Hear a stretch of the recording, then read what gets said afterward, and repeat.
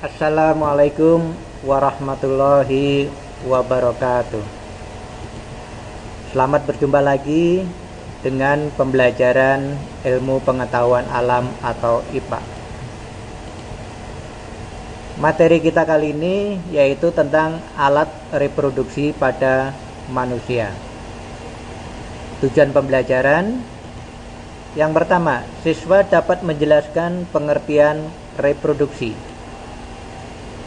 Yang kedua, siswa dapat menjelaskan alat-alat reproduksi pada manusia. Yang ketiga, siswa dapat menjelaskan proses reproduksi pada manusia. Dan yang keempat, siswa dapat menjelaskan penyakit pada alat-alat reproduksi. Nah, pada pembelajaran yang terdahulu, saya sudah menerangkan tentang pengertian reproduksi serta alat-alat reproduksi pria. Nah, pada kesempatan kali ini, saya akan menerangkan tentang alat-alat reproduksi wanita. Alat reproduksi wanita terdiri dari yang pertama disebut dengan ovarium, yang kedua oviduk, yang ketiga rahim, dan yang keempat yaitu vagina. Baiklah, satu persatu akan saya terangkan. Yang pertama yaitu ovarium. Ovarium berjumlah satu pasang, berfungsi sebagai penghasil sel telur atau ovum. Ovarium terletak di rongga perut, tepatnya di daerah pinggang kanan dan kiri. Ovarium dilindungi oleh kapsul pelindung dan mengandung beberapa folikel. Setiap folikel mengandung satu sel telur. Folikel merupakan struktur seperti bulatan-bulatan yang mengelilingi oosit, yang berfungsi menyediakan makanan dan melindungi perkembangan sel telur. Sel telur yang sudah masak akan lepas dari ovarium, dan peristiwa inilah yang disebut dengan ovulasi. Yang kedua, oviduk. Oviduk merupakan saluran penghubung antara ovarium dengan rahim. Oviduk berjumlah satu pasang, berfungsi menggerakkan ovum. Saya ulangi, oviduk berjumlah satu pasang, berfungsi menggerakkan ovum ke arah rahim dengan gerakan peristaltik. Sedangkan pembuahan sel telur oleh sperma terjadi di oviduk. Yang ketiga, rahim. Rahim merupakan tempat pertumbuhan dan perkembangan embrio hingga dilahirkan.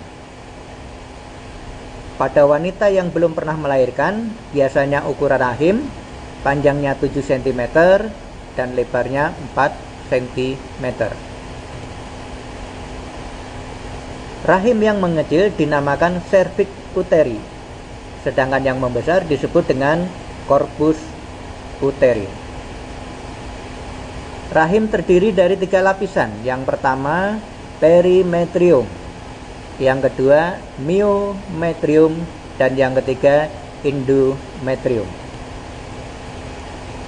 Endometrium menghasilkan banyak lendir dan banyak mengandung pembuluh darah.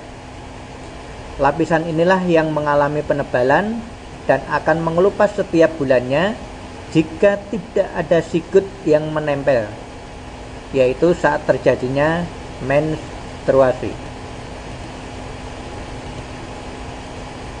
Yang keempat, vagina. Berfungsi sebagai organ persetubuhan dan untuk melahirkan bayi. Organ tersebut memiliki banyak lipatan sehingga saat melahirkan dapat mengembang. Dalam vagina terdapat lendir yang dihasilkan oleh dinding vagina dan oleh suatu kelenjar, yaitu kelenjar Bartholini. Nah, untuk lebih jelasnya mari kita gambar berikut ini disaksikan bersama-sama, yaitu gambar tentang bagian alat-alat reproduksi wanita. Nah, inilah yang disebut bagian-bagian alat reproduksi wanita. Yang pertama ini, yang berwarna kuning ini disebut dengan ovarium. Dan yang kedua, saluran ini, ya, saluran ini adalah oviduk. Ovarium jumlahnya 1 pasang. Oviduk jumlahnya juga 1 pasang. Dan yang ini, yang tengah berwarna oranye, ini disebut dengan rahim. Dan yang di bawah ini disebut dengan vagina. Jadi saya ulangi lagi. Yang pertama ovarium. Yang kedua oviduk. Nih, saluran ini. Saluran ini disebut dengan oviduk. Dan yang ketiga yaitu rahim. Dan yang keempat yaitu vagina.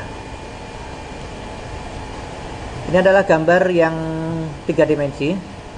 Ini ada di dalam perut seorang wanita. Inilah yang disebut dengan ovarium. Sedangkan ini, saluran ini disebut dengan oviduk. Nah, yang ini disebut dengan rahim. Dan yang merah ini disebut dengan kantong kemih. Dan yang terakhir ini disebut dengan anus. Tadi sudah saya jelaskan, ovarium berfungsi untuk menghasilkan sel telur. Oviduk merupakan saluran penghubung antara ovarium dengan rahim, dan rahim merupakan tempat perkembangan embrio sampai dilahirkan. Dan di sini ada kantong kemih yang berfungsi menyimpan urin hasil penyaringan dari ginjal yang sudah saya terangkan beberapa minggu yang lalu. Baik, sampai di sini dulu pembelajaran kita hari ini. Besok kita lanjut dengan proses reproduksi pada manusia. Jangan lupa isi absennya dan menjawab soal-soal yang ada. Sekian, terima kasih. Wassalamualaikum warahmatullahi wabarakatuh.